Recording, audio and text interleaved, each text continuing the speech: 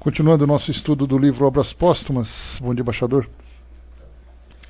Nós vamos retomar o estudo do nosso capítulo Constituição do Espiritismo, no item número 9. No item número 8, nós lembramos, falávamos sobre o programa das crenças, em que Kardec mencionava a importância da uniformidade do pensamento em torno dos princípios doutrinários. Falava também, levantava a ideia, a possibilidade de documentarmos, né, a profissão da fé espírita, como sendo espíritas professos, né, vocês se lembram que era uma ideia exatamente para evitar que nas reuniões participassem pessoas que fossem que provocassem divergências, né, nos debates, nos estudos. Então, somente aqueles que se declarassem oficialmente espíritas, mesmo não tendo possibilidade de garantir a fidelidade desses declarantes, né?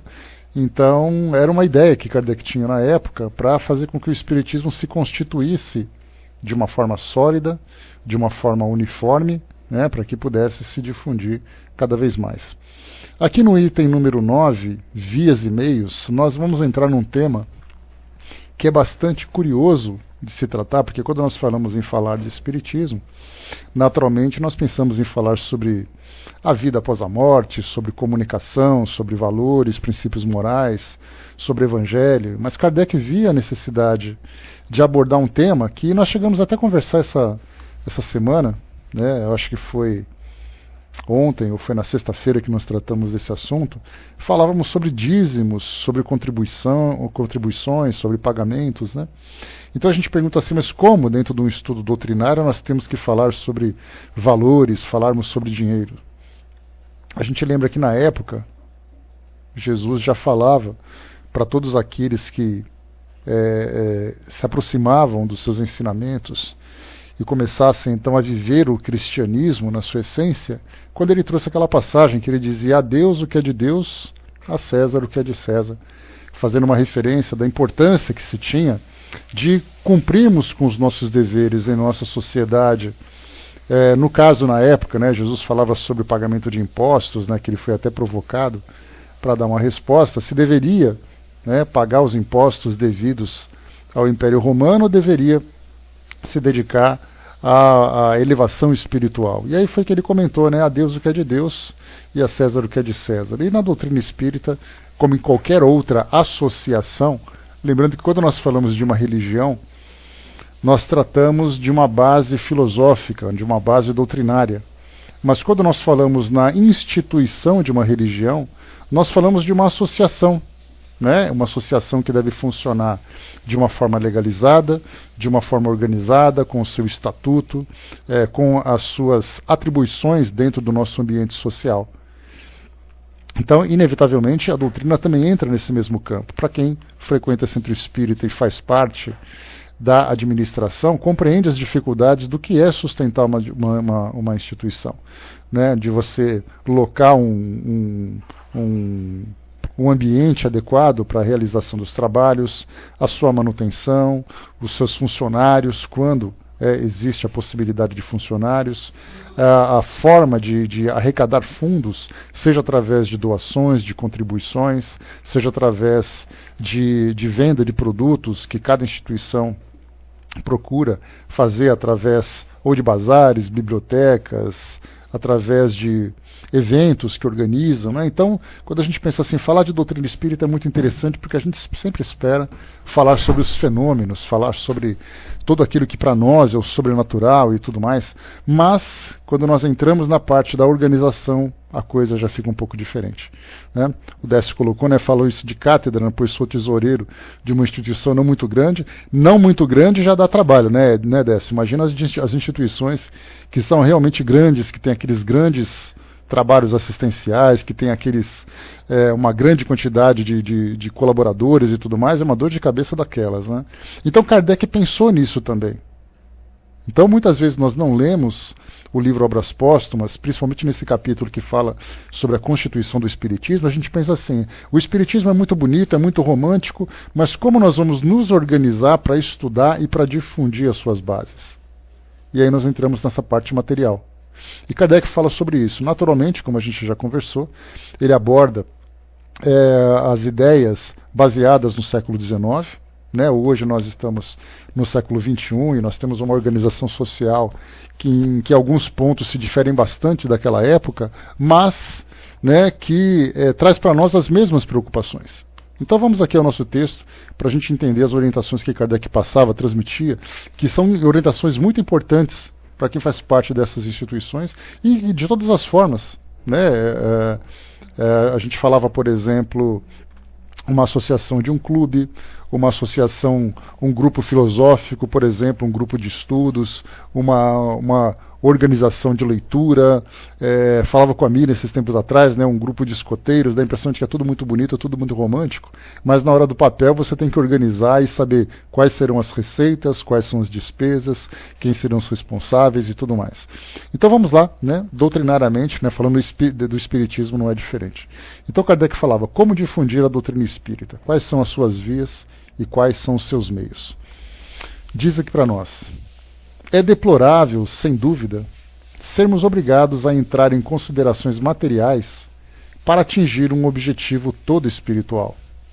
Mas é preciso observar que a espiritualidade mesma da obra se prende à questão da humanidade terrestre e de seu bem-estar, que não se trata mais somente da emissão de algumas ideias filosóficas, mas de fundar algo positivo e durável para a extensão e a consolidação da doutrina, a qual será preciso produzir os frutos que ela é suscetível de dar. Imaginar que ainda estamos nos tempos em que alguns apóstolos podiam pôr-se a caminho com seu bastão de viagem, sem cogitarem de sua pousada e de seu pão de cada dia, seria uma ilusão destruída em breve por uma amarga decepção. Para fazer algo de sério, é preciso submeter-se às necessidades que impõem os costumes da época em que se vive. Essas necessidades são muito diversas nos tempos da vida patriarcal. O próprio interesse do Espiritismo exige, portanto, que se calcule seus meios de ação para não ser detido a caminho. Calculemos, portanto, já que estamos num século em que é preciso tudo calcular.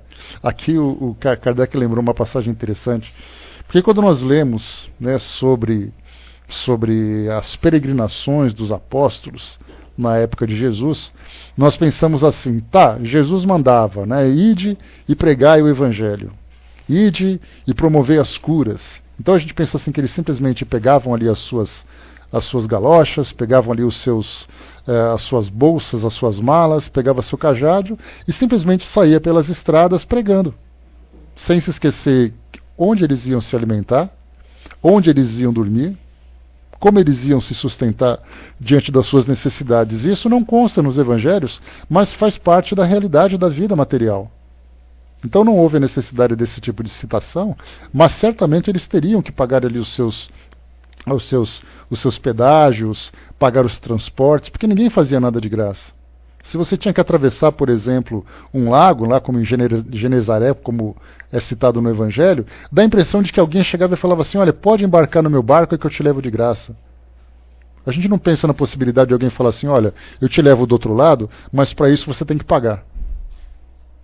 Então a gente vê que materialmente, em todas as épocas, há a necessidade dessa contribuição. Né? Ali o Braz lembrou, né? Paulo os alertou para não aceitar presentes, né? O presente no sentido de como se fosse corromper, né? O trabalho que realizavam. Mas então nós tínhamos naturalmente as casas do caminho, né? Que eram aquelas casas em que os peregrinos podiam, né, repousar durante as suas viagens e tudo mais, mas havia, sem dúvida nenhuma, a necessidade de ter essa previdência para um empreendimento dessa natureza, fazer viagens longas, saber onde vai ficar, como vai se alimentar e tudo mais. Né? Bom dia, pessoal que chegou. E continua Kardec para nós. As atribuições da Comissão Central são bastante numerosas, como se vê, por necessitar de uma verdadeira administração. Nós falamos de Comissão Central, lembrando que Kardec propunha na época, para fazer com que a divulgação da doutrina espírita fosse efetiva, fosse uniforme, partindo de uma base central, que fosse criada essa Comissão Central, que nós através da nossa análise, nós faríamos com que hoje a Federação Espírita Brasileira, ou as federações e as federativas locais, tivessem esse mesmo papel. Organizassem, né, centralizassem as ideias, centralizassem as ações, não impondo, mas propondo, e através dessas propostas, fizessem com que as instituições individualmente tivessem uma diretriz, tivessem ali um norteamento para poder efetivar suas ações, né? Então, quando nós falamos sobre essa parte de valores também, nós lembramos dos congressos, dos seminários, dos eventos. Tudo isso requer recursos para a sua realização dentro da nossa sociedade, né? Então, aqui partindo desse princípio, uma comissão central que seria responsável por esse trabalho e, consequentemente, precisaria de uma verdadeira administração e, consequentemente, precisaria também, né, dos seus contribuintes e dos seus recursos. E continua. Cada membro, tendo funções ativas e assíduas, se apenas tomássemos homens de boa vontade, os trabalhos poderiam ser prejudicados, pois ninguém teria direito de censurar os negligentes, né? Então, falando sobre voluntários, aqueles que são voluntários contribuem de acordo com sua vontade, de acordo com sua possibilidade, muitas vezes até de acordo com sofrendo uma certa instabilidade na sua realização, já que o voluntário faz aquilo que pode. Então, nesse caso, nós teríamos uma dificuldade muito grande de gerenciar o trabalho, de administrar os trabalhos que são realizados com esses voluntários. Então, para isso, precisaríamos de pessoas comprometidas e até mesmo contratadas, se for o caso, para que o trabalho se desenvolva da melhor forma. Para a regularidade dos trabalhos e normalidade do expediente, é preciso ter homens cuja assiduidade se pudesse contar e cujas funções não sejam simples atos de complacência. Quanto mais independência tiverem pelos seus recursos pessoais, menos se sujeitarão às ocupações assíduas. Se não os tiverem, não poderão dar seu tempo. É preciso, então, que sejam pagos, assim como o pessoal administrativo. A doutrina ganhará com isso em força, em estabilidade, em pontualidade, ao mesmo tempo que isso será um meio de prestar um serviço a pessoas que possam estar necessitadas, né? Então a gente vê aqui que, nesse caso, pessoas que viveriam em função dos recursos recebidos e, ao mesmo tempo, prestariam esse serviço de um modo pleno, né? de um modo regular, seria a melhor forma de fazer esse trabalho. Hoje nós vemos, por exemplo, pastores que são remunerados e muitas vezes se questiona, para aqueles que estão de fora e não compreendem esse sistema, pergunta assim, poxa vida, mas ele vive em função da religião e ganha para isso. Só que é uma doação contínua, 24 horas. E como Kardec coloca, seria muito mais eficaz o seu trabalho se ele não tivesse a preocupação de fazer uma atividade paralela para poder se sustentar. Então ele trabalharia de um lado e se doaria do outro. E essa doação, como a gente viu, é algo temporário. É algo que muitas vezes até se torna instável, né? Então nós vemos aqui que Kardec coloca também que administradores dentro de uma instituição também poderiam se sustentar dessa forma. Vamos em frente aqui. Um ponto essencial na economia de qualquer administração previdente é que sua existência não repousa sobre produtos eventuais que podem fazer falta, mas sobre recursos fixos, regulares, de maneira que sua marcha, aconteça o que acontecer, não possa ser embaraçada. É preciso, pois, que as pessoas que forem chamadas a prestar seu concurso não experimentem nenhuma inquietação com relação ao seu futuro. Observem aqui o comentário de que eliminar ao máximo as preocupações financeiras, materiais, com aquelas pessoas que se dedicariam a essa atividade. Ora, a experiência demonstra que devemos considerar como essencialmente aleatórios os recursos que não repousam, senão, sobre o produto de contribuições, sempre facultativas, quaisquer que sejam os compromissos contraídos e de um reembolso muitas vezes difícil. Assentar despesas permanentes e regulares sobre recursos eventuais seria uma falta de previdência que poder-se-ia um dia lamentar. As consequências são menos graves, sem dúvida, quando se trata de fundações temporárias que duram o quanto podem. Aqui, porém, é uma questão de futuro. O destino de uma administração como esta não pode estar subordinado aos azares de um negócio comercial. Ela deve ser, desde o início, se não tão florescente, pelo menos tão estável quanto o será daqui a um século. Quanto mais sólida for sua base, menos estará exposta aos golpes da intriga. Em tal caso, a mais vulgar prudência manda que se capitalizem, de uma forma inalienável, os recursos à medida que forem sendo obtidos, a fim de constituir-se uma renda perpétua, ao abrigo de todas as eventualidades. A administração, regulando suas despesas sobre seu rendimento, não pode a sua existência em nenhum caso ser comprometida, já que ela disporá sempre de meios para funcionar. Pode, no começo, organizar em menor escala. Os membros da comissão podem ser provisoriamente limitados a 5 ou 6, o pessoal e os gastos administrativos reduzidos à sua mais simples expressão, salvo para proporcionar o desenvolvimento para o aumento dos recursos e das necessidades da causa, mas ainda é preciso o necessário. Foi para preparar os caminhos para esta instalação que consagramos até agora o produto dos nossos trabalhos, assim como o dissemos mais acima. Se nossos recursos pessoais não nos permitem fazer mais, teremos pelo menos a satisfação de ter colocado aí a primeira pedra. Aqui Kardec já lembra que na época, quando ele lançou a publicação dos livros, principalmente o Livro dos Espíritos, que foi a sua primeira obra, voltado, né, para a divulgação do Espiritismo, ele comenta aqui no próprio livro Obras Póstumas que ele queria uma independência. Então ele tentou, de todas as formas, fazer com que essa divulgação não tivesse a influência de um patrocinador que pudesse mudar ou desviar o objetivo principal. Então ele conseguiu, através de recursos pessoais, recursos próprios, lançar esse livro. Esse livro foi vendido em livrarias. Depois, né, posteriormente, nós tivemos ali outras obras que vieram, né, como a Revista Espírita, outras obras da codificação, outras obras complementares também, e todas elas vendidas para que esses recursos fossem revertidos em benefício da manutenção da Sociedade Parisiense de Estudos Espíritas.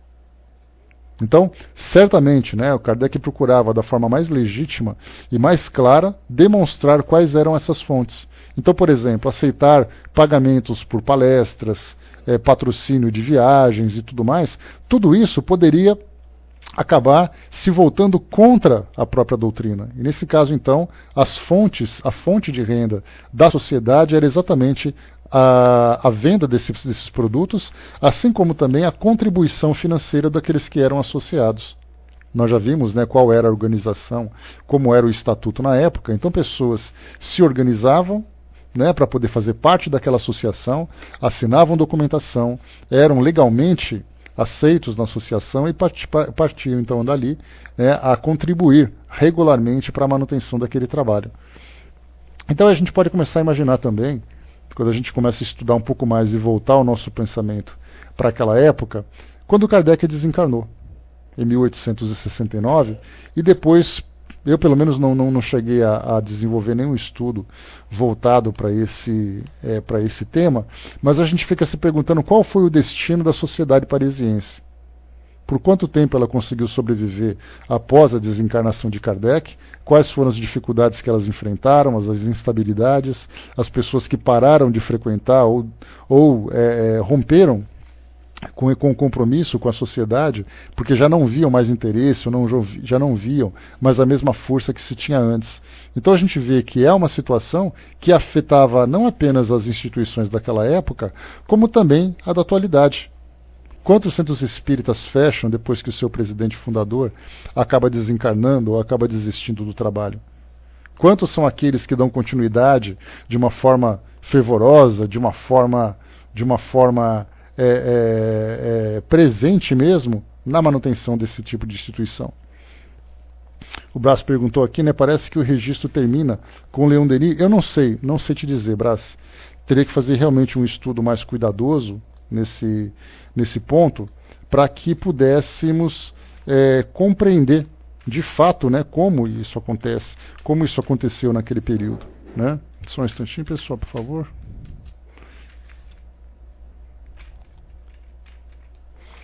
Aqui, pronto. Vamos lá. O segundo livro escrito por Kardec, que poucos sabem, né, Instruções Práticas sobre as Manifestações Espíritas, né? Então nós tínhamos ali, da mesma forma, né, o Décio, a publicação de livros que tivessem por objetivo a divulgação de todas essas orientações e, ao mesmo tempo, fosse fonte de recursos também. Algo que, infelizmente, né, nós acabamos não só não conhecendo, mas muitas vezes até não compreendendo a importância desse material como fonte de recurso. Vamos lá em frente aqui.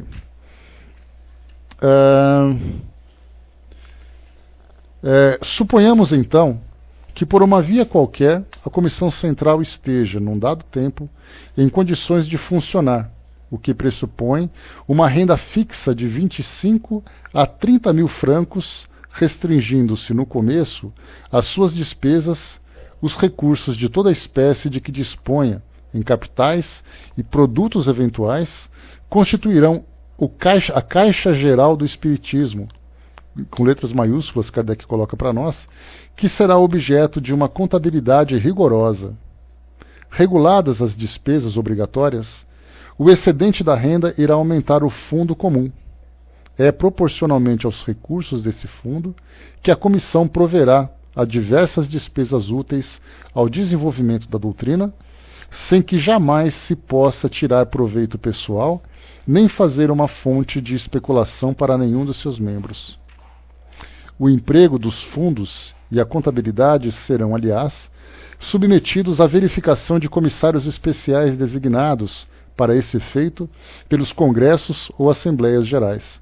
Né? Então nós vimos aqui, nós temos ali uma comissão que organiza, né, dos tesoureiros, daqueles que fazem parte da comissão fiscal, organizar essa parte dos recursos, dos seus investimentos, as suas fontes, né, a sua destinação.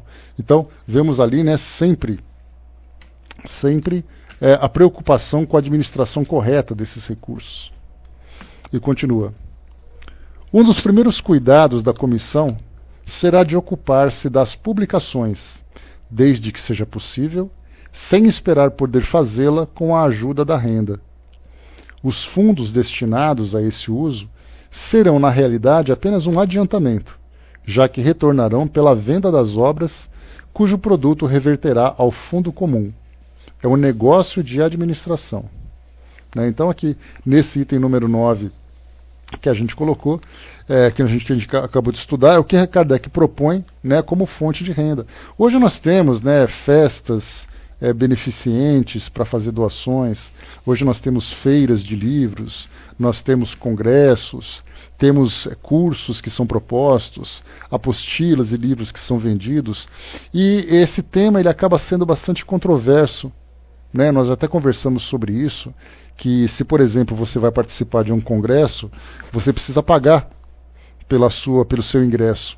E muitas vezes esse valor acaba sendo um valor significativo, né? Todos os eventos, né? Bazares, almoços, noites de pizza, feijoada, né? Até uma coisa interessante, né? Tem alguns centros espíritas que propõem assim aquela feijoada de domingo, que acaba até entrando assim meio que em contradição com aquela ideia de ser vegetariano, não ser vegetariano, vale, não vale, as cantinas que são abertas também nas instituições, né, onde você pode fazer ali o seu lanche, um almoço, um jantar, alguma coisa. Mas então a gente falava dos eventos, né, que algumas vezes acaba se tornando um tema controverso, exatamente porque a gente pensa assim, se a divulgação do Espiritismo é algo que deve ser feito graciosamente para que todos tenham acesso, como nós vamos lidar com essa dificuldade de ter que desembolsar determinado valor para poder participar de um evento? Então é uma situação dramática, né, para todos nós, porque se por um lado nós temos esse ponto crítico que acaba causando divergências entre as instituições e entre os próprios seguidores do Espiritismo, como nós vamos fazer para a manutenção das instituições que organizam esses eventos? Como lidar com esse ponto? Então a gente, claro, não tem uma fórmula pronta para isso, mas a gente já chegou a trabalhar esse tema, já chegou a debater sobre ele, que eu acho que o mais importante de tudo, independente das fontes que cada instituição tenha, o importante de tudo é manter a transparência de tudo aquilo que se recebe, tudo aquilo que se investe, de fazer com que a participação dos associados na instituição seja também presente nesses assuntos, para que possa conhecer e também dar a sua opinião e fazer com que aquilo não se torne um empreendimento comercial, porque aí se torna um grande problema. De você, por exemplo, tem um centro espírita, aí você funda uma editora para a publicação dos seus livros, e essa editora se torna puramente comercial, perdendo o objetivo principal, que é o foco, né, que é a divulgação doutrinária. Porque aí nós temos aquela divergência, é um centro comercial, é uma empresa comercial, e você tem ali os seus funcionários, você tem a sua fonte de renda e tudo mais. Mas a partir do momento em que começa a gerar o lucro dessa produção, a pergunta é: para onde vai esses recursos? Para onde vão esses recursos? De que forma que eles serão investidos? Se isso é legalmente, né, se isso está dentro da legalidade e se isso está dentro da moralidade também. Partindo do princípio de que a base desses empreendimentos trata-se exatamente da divulgação do Espiritismo. Então a gente vê que Kardec tocou nesse assunto, que não podia ser diferente disso, que, como nós falamos, qualquer associação, qualquer agremiação aqui no nosso mundo físico, há necessidade de uma participação social, fiscal, né, contribuindo, ele dando a sua contribuição nos seus impostos, pagando as suas taxas, pagando com seus compromissos e tudo mais. Então cada instituição deve se organizar da melhor forma para fazer com que isso se torne algo valoroso para a instituição e ao mesmo tempo moral, para evitar que haja todas essas divergências que nós vemos na atualidade, né? Pessoas que desviam recursos, pessoas que não sabem exatamente para onde vai. Então, se você tiver essa clareza, essa transparência, né, nos demonstrativos, na participação dos associados da instituição no controle dessa administração, claro, né, que cada um dando ali a sua opinião de acordo com a função que desempenha dentro do grupo, mas a partir do momento em que você se torna um contribuinte, você tem que saber para onde vai, né, esse recurso que foi investido. A partir do momento que você faz parte de uma instituição que tem a capacidade de gerar os próprios recursos, a pergunta é: para onde esses recursos serão destinados? Então Kardec abordou esse tema pela grande importância da manutenção das instituições. Porque doutrinariamente, basta que a gente tenha conhecimento sobre as bases, né, da doutrina, sobre as informações que serão transmitidas para a educação do espírito. Mas as instituições que se organizam para fazer essa divulgação, elas já entram num outro campo, que é exatamente aquilo, né? A Deus o que é de Deus, quando você se dedica moralmente à sua transformação moral, o trabalho que você realiza em nome da caridade e tudo mais, e depois a César o que é de César, cumprindo com as obrigações perante a sociedade. E até mesmo uma associação que presta assistência social, que faz um trabalho caritativo, ele também demanda uma organização. Não é simplesmente contar contar apenas com a caridade. Então eu quero fazer a caridade e para isso eu preciso de uma casa, de um local onde eu possa prestar essa assistência. Essa casa vai depender do quê? De alguém que vai me ceder o espaço gratuitamente ou eu vou pagar por esse espaço? Eu tenho direito de usar ele gratuitamente ou eu preciso realmente contratar o espaço para que eu possa desempenhar aquele trabalho? Das pessoas que participarão, desde aqueles que administram até aqueles que prestam o serviço, né, na outra ponta, todos esses são voluntários, e sendo voluntários eu conseguirei realmente fazer esse trabalho de uma forma concreta? Ou eu viverei ainda as instabilidades, né, da dependência, né, do tempo de cada um, da disponibilidade e da vontade de cada um? Porque quando você contrata um profissional, você conta com a sua competência e com a sua participação efetiva no trabalho. Se você conta com um voluntário, você simplesmente se dispõe daquilo que se pode oferecer. E mesmo assim a pessoa pode ou não participar. Então a gente viu que esse é um assunto pertinente para os nossos estudos a partir do momento em que nós fazemos parte de uma instituição. Fazemos parte de uma organização.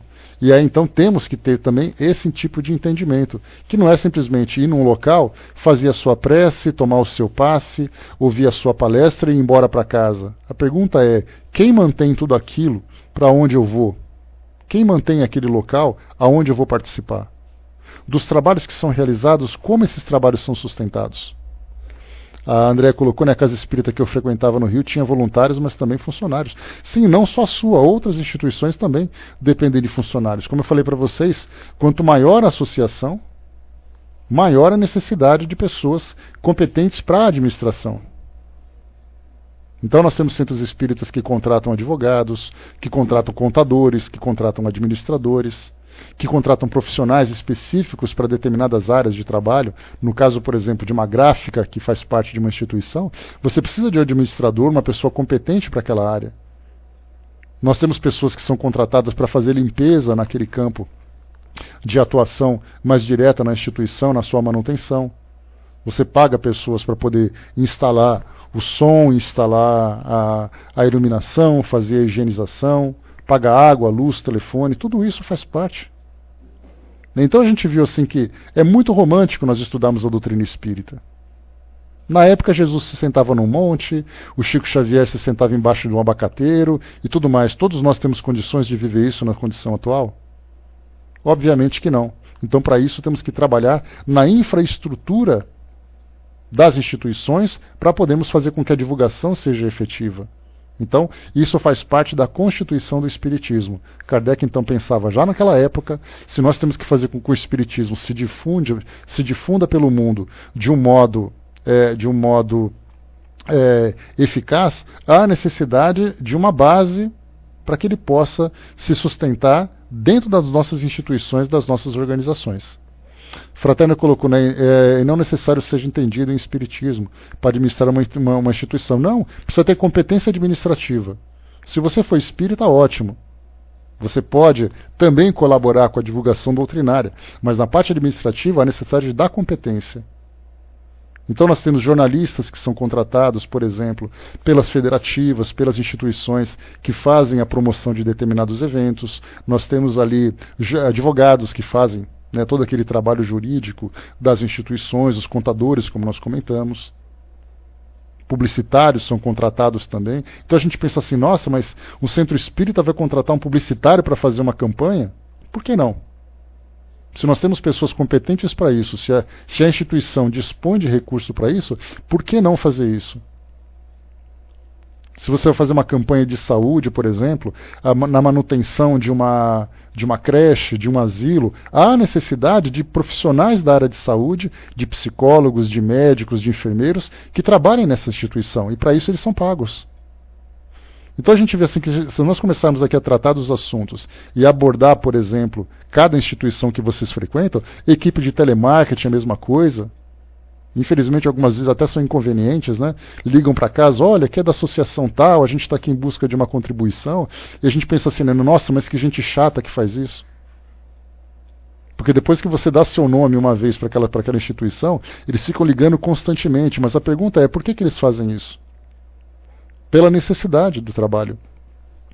E aí, então, mas aí a gente entra naquele campo. Mas será que todo o recurso que você, toda a doação que você dá, toda a contribuição, ela vai realmente para aquele destino que foi proposto? Aí já é um outro campo. Aí a gente já entra naquele campo, né, da confiança, da fidelidade com o trabalho, né, da lisura com que aquilo, da forma como aquilo é feito. Aí já é um outro campo. Mas a pergunta é, aquilo que estão fazendo é uma proposta válida? São os recursos que nós temos hoje. Kardec, de repente, não ligava para a casa de ninguém porque não tinha telefone e nem ficava batendo de porta em porta, mas certamente ele fazia propaganda dos seus livros. Fazia propaganda da revista espírita, contratava um espaço numa livraria para que aquilo fosse vendido também. O Nando colocou, né? O ideal é que, com o tempo, desvincular a obra social do centro, né? Olha, Nando, é uma questão de de comprometimento, né? O ideal é que não se desvincular, mas é que a obra seja administrativamente independente do centro. Porque nesse caso, né, a obra social, ela precisa estar vinculada ao centro exatamente pela divulgação da doutrina, né, pela sua base doutrinária. Aqui perto da minha casa nós temos um hospital que é espírita, né, o Hospital João Evangelista. Então é um hospital espírita. A pergunta é como aquilo surgiu e como aquilo se manteve.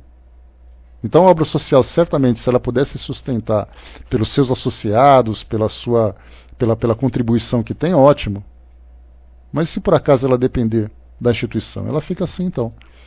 O Zé colocou Médicos Sem Fronteiras, Associação contra o Câncer, etc, etc. Minha sobrinha faz parte, por exemplo, da Cruz Vermelha. Então você tem os profissionais da Cruz Vermelha e os voluntários da Cruz Vermelha que também prestam essa assistência. Mas a Cruz Vermelha tem cursos, tem o hospital, tem todos os seus recursos para que possa se sustentar. Com seus associados, né? Não apenas associados que dão essa contribuição, que são contribuições regulares, mas principalmente a sua autossustentação. Né? Então, vimos aqui, dentro desse nosso bate-papo aqui agora, nesse item número 9, a importância de nós mantermos as instituições para que a divulgação seja feita. Porque, do contrário, nós vamos pegar um livro, vamos para uma praça pública e vamos começar então a falar em voz alta, como a gente vê por aí de vez em quando, fazendo pregações públicas. E por que nós fazemos pregações públicas? Porque nós não temos um local adequado para isso. E por que não temos esse local adequado? Porque não temos recursos para mantê-lo. E é aí então que entra essa parte da administração. Tá? Então a gente viu aqui que, claro, muita coisa poderia ser falada, a gente poderia ceder o microfone para vocês e cada um que faz parte de uma instituição contar ali os casos, né, trazer para nós um pouco de experiências sobre esse campo, e certamente nós teríamos aqui uma riqueza de informações, cada um, né, falando sobre a questão regional, né, onde cada um vive no seu próprio, no centro espírita, no seu estado, de acordo com a sua cultura, de acordo com o seu país. Nós temos ali também a parte do tamanho da instituição, o tipo de trabalho que cada instituição faz.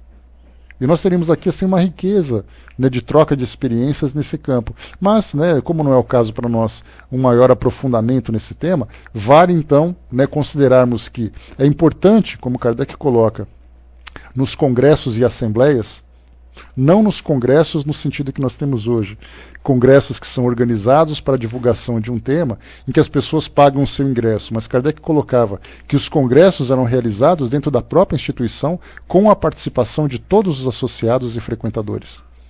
E ali então os temas eram propostos, eram debatidos, eram apresentados e as pessoas então faziam a sua votação de acordo, né, com o peso da sua participação. Se era só um frequentador, se é um associado e assim, e por aí vai. Né? Angelina colocou, é bom será que os eventos aconteçam em outros lugares e não no próprio centro. Depende do tamanho, né, depende do objetivo. Se for um evento local, em que a instituição está divulgando, né, como acontece muitas vezes no Centro Espírita Leon Denis, em que você tem ali seminários e cursos que são organizados pela instituição. E aí, então, se você quer participar, você vai até o centro. Agora, se por acaso é algo de maior porte, normalmente as federativas tomam a iniciativa de organizar esses eventos, e aí, então, são alugados locais, né, como muitas vezes como hotéis, centros de convenção, centros de exposição, né, e assim vai. Então a gente vê que depende muito de cada situação e o objetivo de cada um, mas sempre tendo como base, e essa é a parte mais importante, embora nós lidemos com dinheiro, lidemos com recursos, lidemos com essa parte administrativa, o ponto principal, sem dúvida nenhuma, será sempre a divulgação da doutrina espírita. Porque se a instituição desviar o seu foco, ela perde o sentido. Então, se a proposta é você fazer isso, então temos que ter uma base para que ela possa se lançar a partir dali. Né? Então, vimos aqui um tema importante, que é um tema que deve ser debatido nas casas espíritas, que felizmente nós temos isso hoje. Né, temos ali algumas instituições que têm ali uma comissão administrativa, que tem um corpo administrativo, que temos ali um colegiado que trabalha nessa administração, que tem ali reuniões regulares, né, para saber quanto nós recebemos, o quanto que nós vamos pagar, o que nós vamos fazer com esse recurso, quais serão as campanhas que nós vamos organizar. Isso faz parte do trabalho também. Então, se por acaso nós passarmos em frente a um centro espírita e à noite vemos ali as luzes acesas, não significa necessariamente que está tendo uma atividade pública. Mas muitas vezes uma reunião administrativa, que pode vir a ser muito calorosa nos debates, né? De quanto tem, quanto não tem, aquela dor de cabeça para administrar os recursos, para poder manter tudo aquilo. Então faz parte do nosso mundo esse tipo de atividade também.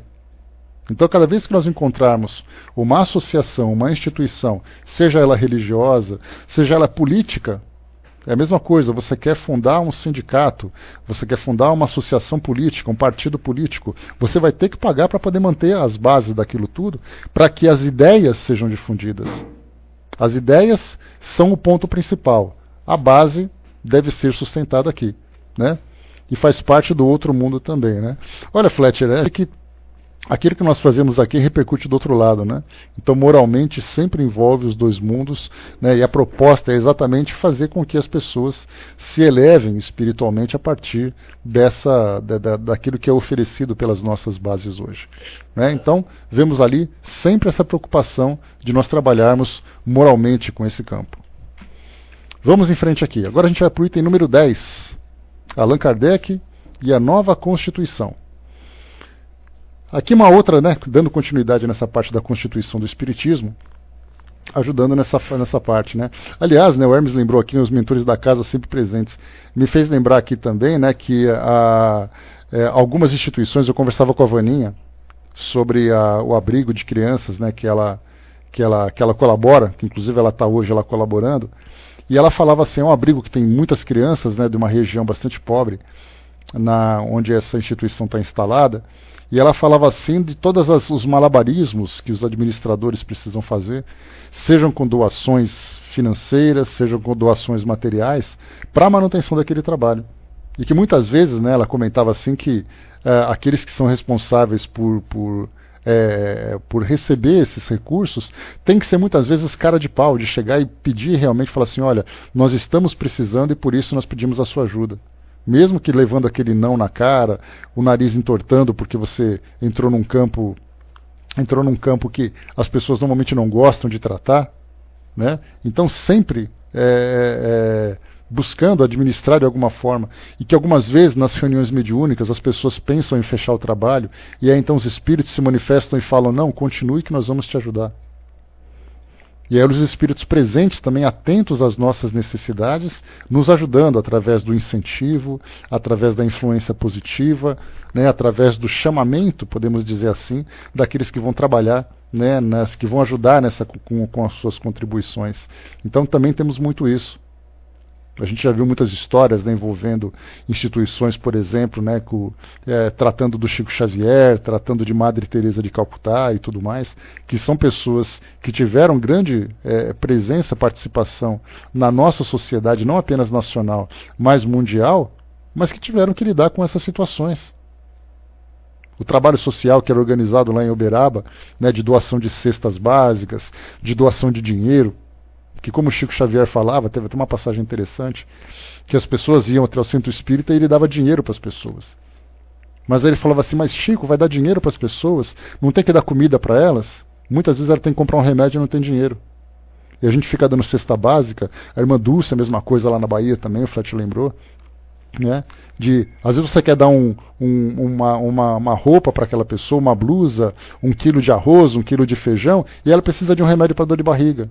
E como é que ela vai comprar esse remédio se ela não tem dinheiro? Então eram feitas doações em dinheiro para aquelas pessoas também. E a pergunta é, de onde veio esse dinheiro?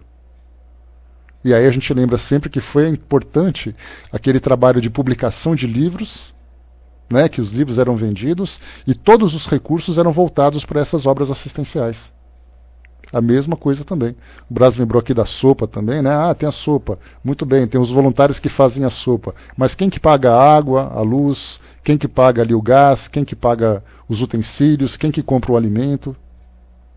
A mesma coisa também, depende desses recursos, né? Então aí lancei para vocês várias ideias a respeito desse tema, né, que vocês contemplem, vocês através da observação das instituições que vocês frequentam, cada vez que vocês chegarem no centro espírita e sentar numa cadeira, Vocês vão se lembrar que aquela cadeira ocupa um espaço, que aquela cadeira veio de algum lugar, que a luz que está acesa em cima de vocês, o microfone que está ligado lá na frente, demanda energia, demanda despesas, né? Provoca despesas e tudo mais, e a gente vai começar a valorizar esse trabalho, e principalmente valorizar aqueles que trabalham na administração, que muitas vezes doam o seu tempo para poder gerir esses recursos, né? Mas que estão fazendo o que podem ali, né?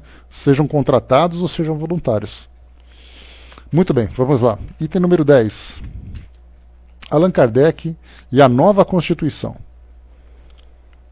As considerações que esse extrato encerra, após o relatório feito a propósito da Caixa do Espiritismo, à Sociedade de Paris, em 5 de maio de 1865, por Allan Kardec, sendo o prelúdio da nova Constituição do Espiritismo que ele elaborava, e a explicação sobre a sua posição pessoal de ver, tem seu lugar indispensável nesse preâmbulo, né? Então aqui, Kardec fez ali falou sobre tudo aquilo que envolve essa Constituição do Espiritismo, a forma, não a Constituição em termos de documento, mas a Constituição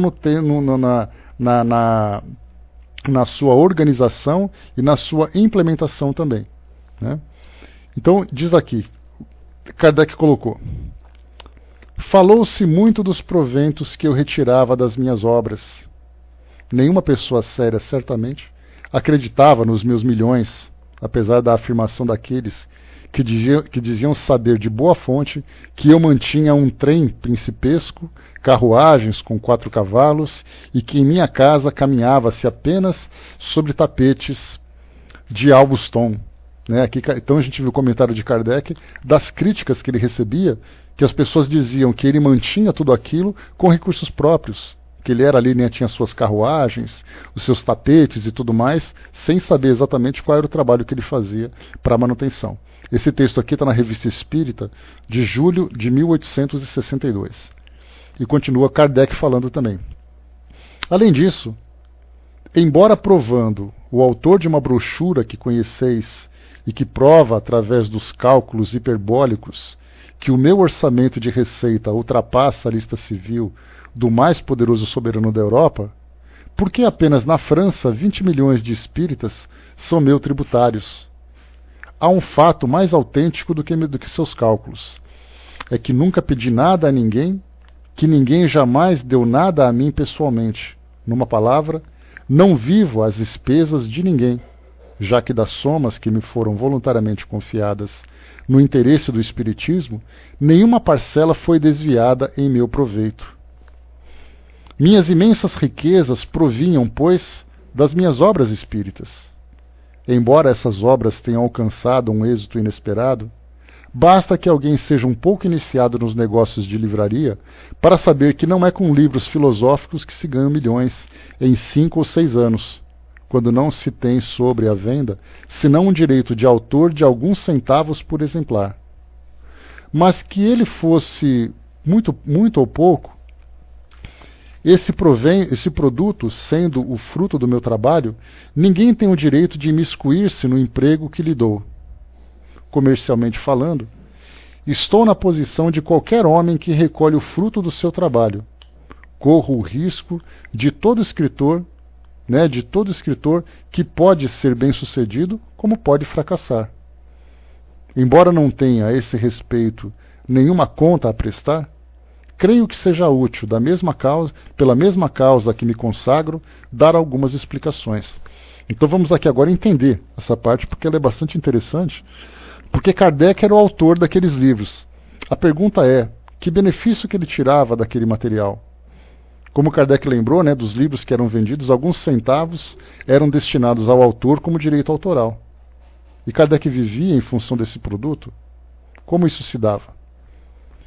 Diz aqui para nós: quem quer que tenha visto nossa habitação outrora e a veja hoje, pode atestar que nada mudou na nossa maneira de viver desde que comecei a me ocupar do Espiritismo. Ela é tão simples quanto o era antigamente. É certo, portanto, que meus lucros, quaisquer que tenham sido, não chegam a proporcionar gozos de luxo. A que então isso conduz? O Espiritismo, tirando-me da obscuridade, veio lançar-me num caminho novo. Em pouco tempo, vi-me arrastado por um movimento que estava longe de prever. Quando concebi a ideia de O Livro dos Espíritos, minha intenção era de não colocar-me em evidência e de permanecer desconhecido. Porém, rapidamente ultrapassada, isso não me foi possível. Tive de renunciar ao meu gosto pelo retiro, sob pena de abdicar da obra empreendida e que crescia a cada dia.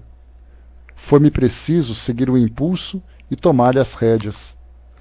À medida que ela se desenvolvia, um horizonte mais vasto desenrolava-se diante de mim e recuava-lhe os limites.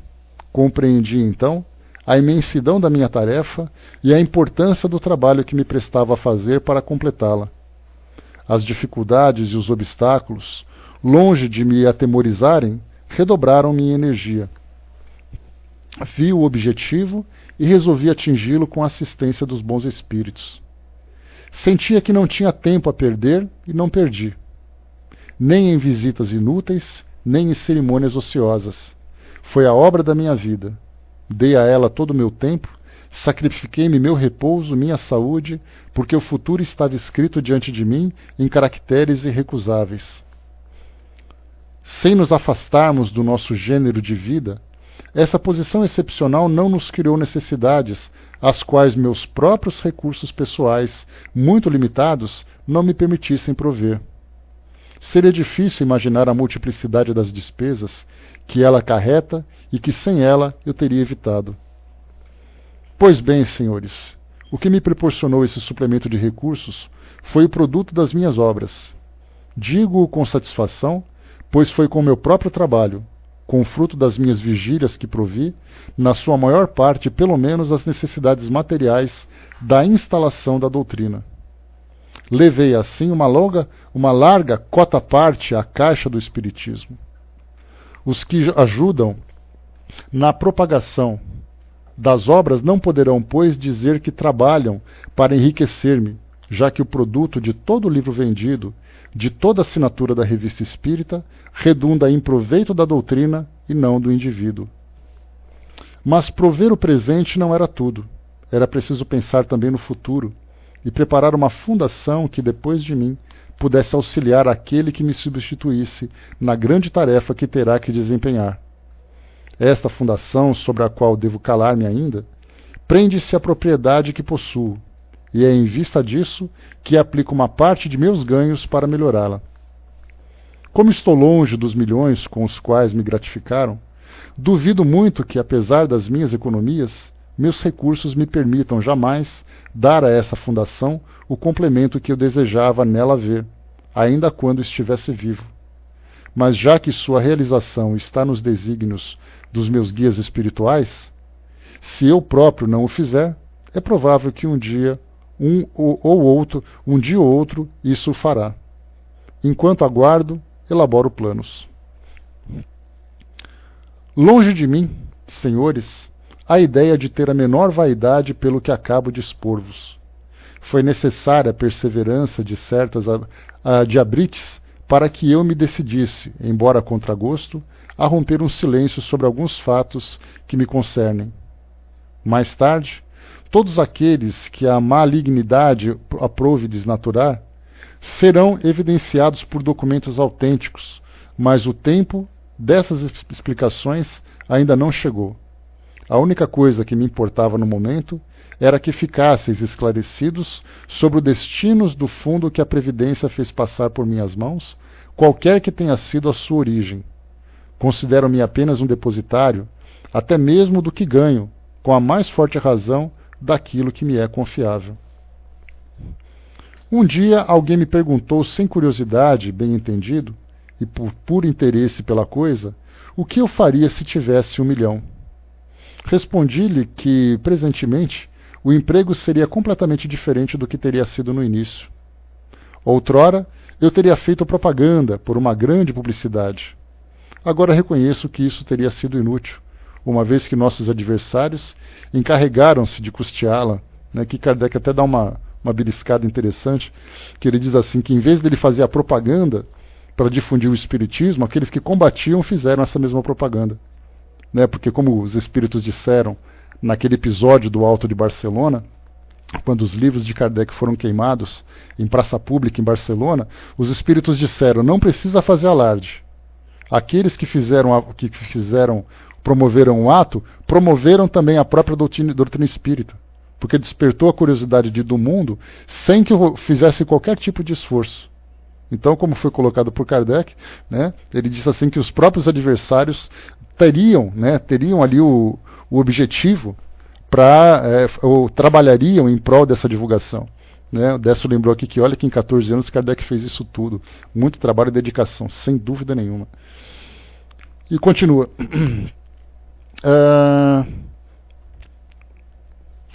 Não colocando, então, grandes recursos à minha disposição para esse assunto, os espíritos quiseram provar que o espiritismo devia seu êxito à sua própria força. Hoje, quando o horizonte se ampliou, quando, sobretudo, o futuro se desdobrou, necessidades de uma ordem completamente diferente se fazem sentir. Um capital, como o supondes, receberia um emprego mais útil. Kardec fala daquele 1 milhão, né, que foi colocado, que se fosse colocado à sua disposição, o que ele faria? Sem entrar nos detalhes que seriam prematuros, direi simplesmente que uma parte serviria para converter minha propriedade em casa especial de retiro espírita, cujos habitantes recolheriam os benefícios da nossa doutrina moral. A outra, para constituir um rendimento inalienável destinado a, primeiro, manutenção do estabelecimento. Segundo, assegurar a existência independente àquele que me sucederá e àqueles que o auxiliarão na sua missão, ou seja, recursos para pagamento de salário dessas pessoas que tomariam conta dessas instituições. Terceiro, atender às necessidades correntes do espiritismo, sem correr os riscos de auxílios eventuais, como sou obrigado a fazer, já que a maior parte dos seus recursos repousa sobre meu trabalho, que terá um fim.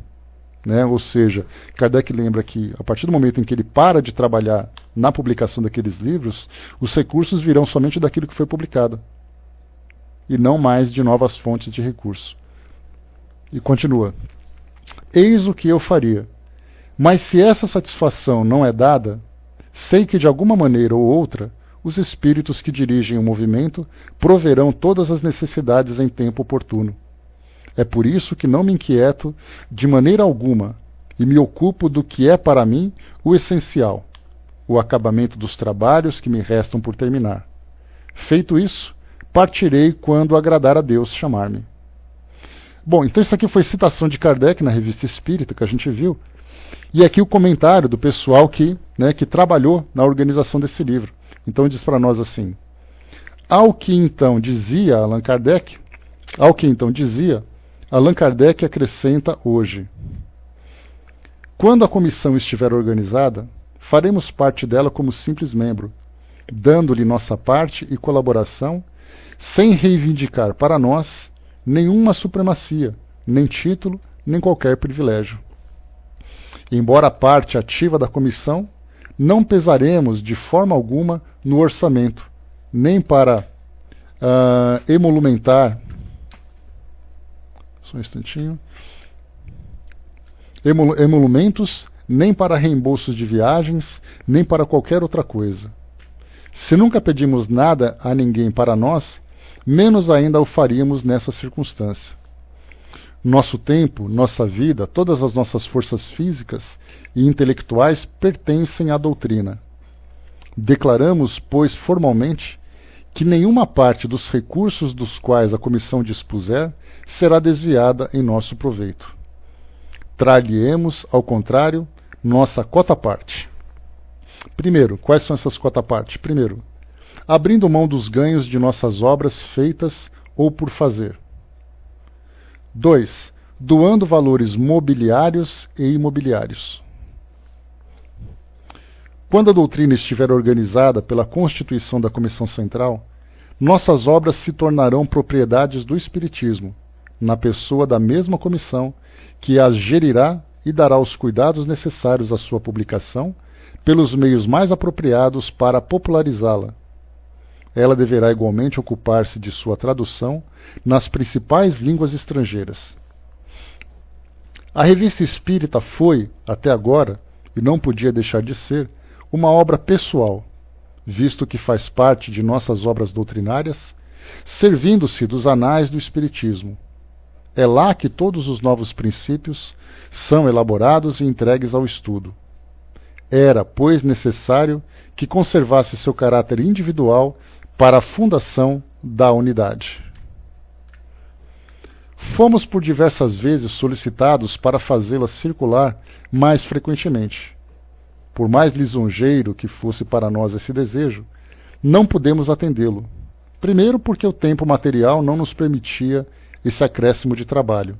E, em segundo lugar, porque ela não deveria perder seu caráter essencial, que não é um de um jornal propriamente dito. Ou seja, aqui Kardec lembra que, como a Revista Espírita era uma publicação mensal, alguns incentivadores, alguns empolgados, entusiastas sugeriam que ela fosse uma publicação semanal. E aí Kardec lembrou exatamente que o seu propósito não era esse. Seu propósito era um espaço para debates, para divulgação da doutrina espírita, e que o tempo estava correto de ser uma publicação mensal. Hoje, que nossa obra pessoal se aproxima do seu termo, as necessidades não são mais as mesmas. A Revista Espírita se tornará, como nossas outras obras feitas e por fazer, propriedade coletiva da comissão, que lhe tomará a direção para a maior vantagem do Espiritismo, sem que renunciemos, por isso, a dar-lhe nossa colaboração. Para completar a obra doutrinária, resta-nos publicar várias obras, que não constituem a parte menos difícil, nem a menos penosa. Embora disponhamos de todos os elementos, e que o programa esteja traçado até o último capítulo, poderíamos proporcionar-lhes cuidados mais assíduos e ativá-los, se pela instituição da Comissão Central estivéssemos livres de detalhes que absorvem uma grande parte de nosso tempo. Então Kardec lembra aqui que, se essa Comissão Central fosse instalada e fosse instaurada, ele poderia se libertar dessa parte administrativa e deixar que a comissão fizesse essa parte e que ele pudesse se dedicar ao trabalho de pesquisa, ao trabalho de publicação, e não comparecer como sendo ali o presidente de um centro espírita, ou de uma sociedade, e que tivesse que tomar cuidados nesse campo, nessa parte de gerenciamento das instituições. O Décio colocou, foi aí, por volta de 1860, que Kardec, um pouco chateado, chegou a pensar em deixar a presidência da Revista Espírita e começou as viagens em cidades próximas de Paris. Eram muitas críticas. E aqui a gente vê, Décio, que nesse capítulo, aqui do Obras Póstumas, Kardec quase que presta conta para as pessoas sobre a sua participação pessoal e dessa parte de administração de recursos. Exatamente pela quantidade de críticas, porque muita gente dizia isso, como falava para o próprio Chico Xavier, que ele fazia da doutrina espírita um instrumento de autopromoção. Ou seja, você fala do espiritismo em público para você se tornar famoso, para você ter recursos e tudo mais. Então a gente vê que Kardec, assim como tantos outros, passavam por isso também. Obrigado, Cindizinho. Vamos aqui em frente. O primeiro período do espiritismo foi consagrado ao estudo dos princípios e das leis, que no seu conjunto devia constituir a doutrina, numa palavra, a de preparar os materiais ao mesmo tempo que a vulgarização da ideia. Era a semente lançada, mas que semente a da parábola do Evangelho não deveria frutificar igualmente por toda parte. A criança cresceu, tornou-se adulto, e chegou o momento em que, sustentado pelos adeptos sinceros e devotados, deve marchar para o objetivo que lhe foi traçado, sem ser entravado pelos retardatários. Mas como fazer essa seleção? Quem ousaria assumir a responsabilidade de um julgamento a incidir sobre as consciências individuais? O melhor seria, pois, que essa seleção se fizesse por si mesma, e para isso o meio seria bem simples. Bastaria plantar uma bandeira e dizer: sigam-nos os que o adotem. Tomando a iniciativa da constituição do Espiritismo, usamos de um direito comum, o que tem todo homem de completar, como o entende, a obra que iniciou e de ser juiz da oportunidade. Desde o instante em que cada um é livre de a ela aderir ou não, ninguém pode lamentar-se de sofrer uma pressão arbitrária. Criamos a palavra espiritismo para atender às necessidades da causa. Temos bem o direito de determinar-lhe as aplicações e de definir as qualidades e crenças do verdadeiro espírita. Isso aqui é uma publicação da Revista Espírita de 1866. Conforme tudo o que precede, compreender-se-á facilmente que teria sido impossível e prematuro estabelecer essa constituição no princípio. Se a doutrina espírita tivesse sido formada com todas as peças, com toda a concepção pessoal, teria sido completada desde o primeiro dia, e desde então nada mais simples do que constituí-la. Mas como ela se fez gradualmente, em consequência de aquisições sucessivas, a Constituição teria, sem dúvida, congregado todos os amantes de novidades, mas ela teria sido abandonada em breve por aqueles que não lhe teriam aceitado todas as consequências. Aqui o que Kardec coloca é extremamente importante, porque ele diz assim, que a doutrina ela foi se formando gradualmente conforme o seu próprio crescimento e a sua própria divulgação. Então surgiram as primeiras obras, surgiram os debates, surgiram os aprendizados, os grupos foram se interessando, os grupos foram tomando corpo, como a própria doutrina foi tomando corpo. Ela foi ali adquirindo novos textos, novos adeptos, novos livros foram lançados, e aí então ela foi filtrando gradualmente aqueles que de fato se interessavam pelo seu conteúdo. E não simplesmente a gente começar a fazer uma promoção. Vamos fundar uma nova instituição. Quem tiver interessado pode participar. Aí aquele monte de gente se associaria, fazia parte daquele grande grupo, aí com o tempo as pessoas se desinteressariam e começariam então a abrir mão. É mais ou menos como acontece num curso. Você faz uma divulgação de um curso, aí um monte de gente se inscreve, e quando o curso vai terminar, tem ali 10% daqueles que começaram. A doutrina começou ao contrário. Ela começou com aquele 1%, 2%, foi crescendo, crescendo, até formar aquele corpo todo. Exatamente porque havia necessidade muito mais da preocupação da difusão da doutrina do que a formação de uma instituição que tivesse responsabilidade com a doutrina. A fundação da instituição veio como uma consequência natural pelo tamanho que a doutrina espírita alcançou através do seu próprio crescimento. Ou seja, ela cresceu por si só, pelas suas bases, pelo seu conteúdo, pela sua filosofia. E a organização depois material veio para poder sustentar a sua divulgação. Né? Essa é a parte importante. O Zé colocou aqui, o Kardec se convenceu de tudo inicialmente com o testemunho dos sentidos e experiência da razão. Né? Exatamente. Então, quer dizer, foi o trabalho pessoal dele de divulgação, e depois aqueles adeptos que foram se aproximando e que tinham interesse em participar dessa divulgação, começaram então a formar esse corpo. Vamos lá para a gente terminar aqui. Mas dir-se-á talvez, não estáis estabelecendo uma cisão entre os seus adeptos? Separando em dois campos, não enfraqueceis a falange? Nem todos aqueles que se dizem espíritas pensam do mesmo modo, sobre todos os pontos. A divisão existe de fato, e ela é bem mais prejudicial, porque pode acontecer que não se saiba se num espírita tem-se um aliado ou um antagonista. O que faz a força é a universalidade. Ora, uma união franca não poderia existir entre pessoas interessadas, moral ou materialmente, em não seguir o mesmo caminho e que não se objetivam o mesmo fim. 10 homens sinceramente unidos por um pensamento comum são mais fortes do que 100 que não se entendem. Em caso semelhante, a mistura de divisões divergentes tira a força da coesão entre aqueles que desejariam caminhar juntos, exatamente como um líquido que, infiltrando-se num corpo, é um obstáculo à agregação das moléculas. Se a Constituição tem por efeito diminuir momentaneamente o número aparente dos espíritas, ela terá como consequência inevitável dar mais força àqueles que caminharão em comum acordo para a realização do grande objetivo humanitário que o Espiritismo deve atingir. Eles se conhecerão e poderão entender-se estender-se as mãos de um extremo ao outro do mundo. Terá, além disso, por efeito, opor uma barreira às ambições que, impondo-se, tentariam desviá-la em seu proveito e do seu caminho. Tudo está calculado, visando a esse resultado, pela supressão de toda a autocracia e supremacia pessoal.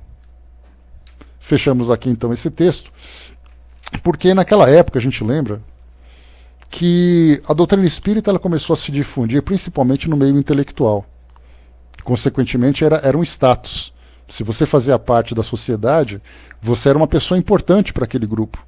Então muita gente tinha curiosidade de conhecer a doutrina e fazer parte daquele grupo sem a preocupação de se comprometer com a doutrina em si. Então, na verdade, ele queria muito mais fazer parte da instituição do que fazer parte da filosofia. Então, naquele período era comum.